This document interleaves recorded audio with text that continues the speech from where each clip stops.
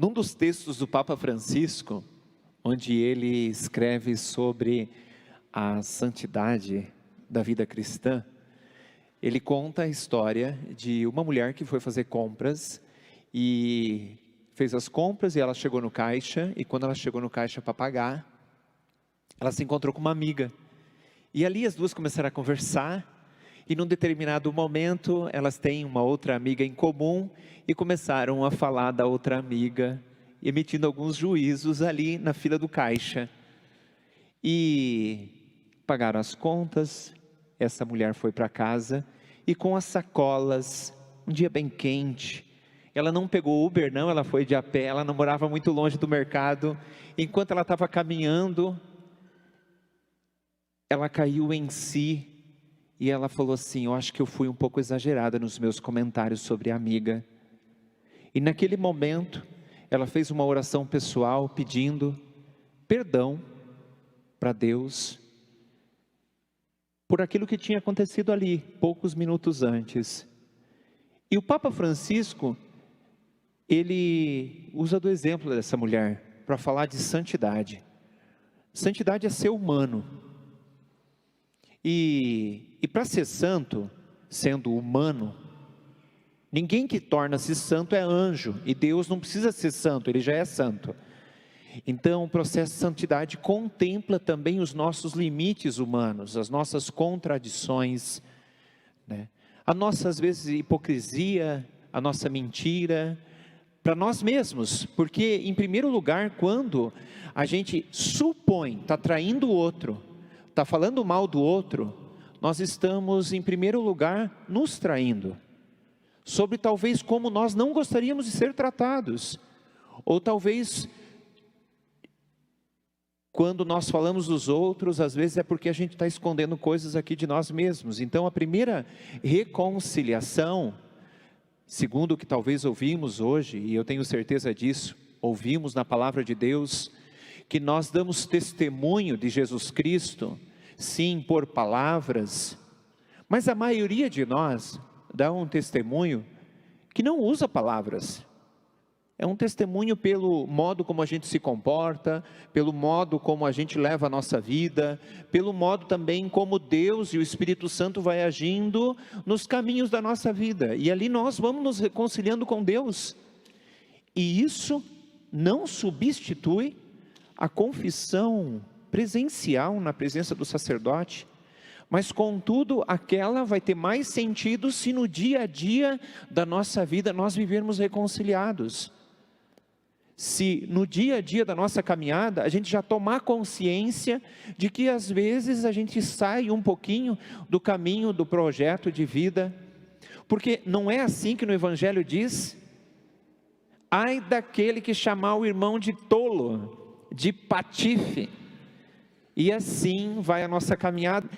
Em algum momento dá vontade, claro que dá, lá dentro a gente tem que se conter, sim, e se porventura isso acontece, que nós tenhamos a humildade de dizer: Senhor, eu estou a caminho, eu quero deixar de fazer isso e eu vou me esforçar para não novamente ficar julgando, falando dos outros, xingando, fofocando, emitindo mentiras, ou pedir de Deus o dom do Espírito Santo. E ali, no caminho do mercado para casa, não é aqui na igreja, às vezes, é talvez numa caminhada que você faz, às vezes a gente arruma uma confusão dentro de casa, uma briga, alguma coisa assim, dá uma caminhada ali na praça, uns 15, 20 minutos, ao redor por ali.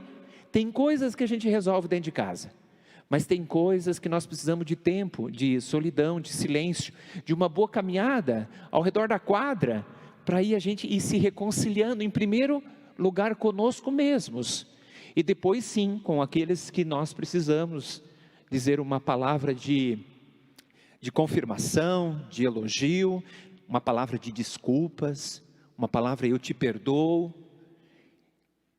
Claro que aí, aquela celebração da confissão, como também esta celebração da Eucaristia, estará a caminho daquilo que é projeto do Evangelho de hoje. Meu irmão, minha irmã, se está indo ao encontro do altar, mas lembra-te de que o teu irmão tem alguma coisa contra você, olha só, que o teu irmão tem algo contra você, vai, reconcilia com ele, para ir então agradecer e louvar a Deus. Então, quando nós nos encontramos na Eucaristia, a Igreja Católica diz que muitos dos nossos pecados, os mais leves, são perdoados na nossa constância, na nossa perseverança em participarmos da Eucaristia. Muitos. Aqui é o lugar da reconciliação. Então, meu irmão, minha irmã, hoje o tema da reconciliação é o tema que provoca nos nossos corações e desperta em nossos corações a virtude da esperança. Por quê? Porque ter esperança, em primeiro lugar, é consigo mesmo. Eu quero ter esperança de continuar o meu projeto de vida, as escolhas que eu fiz ao longo da minha caminhada, o matrimônio que eu estou levando, a educação dos filhos que eu me propus seguir esse caminho, a comunidade e a igreja e a religião que eu tenho esperança de continuar firme, convicto nesta proposta de evangelização. Eu quero ter esperança de continuar firme no seguimento de Jesus Cristo. Esperança de que eu posso ser melhor do que eu já sou. E ao mesmo tempo, na própria leitura de São Paulo aos Coríntios, diz que se damos testemunho, é por causa da graça de Jesus. Como eu disse para vocês, muitos de nós não usam da pregação para falar de Jesus.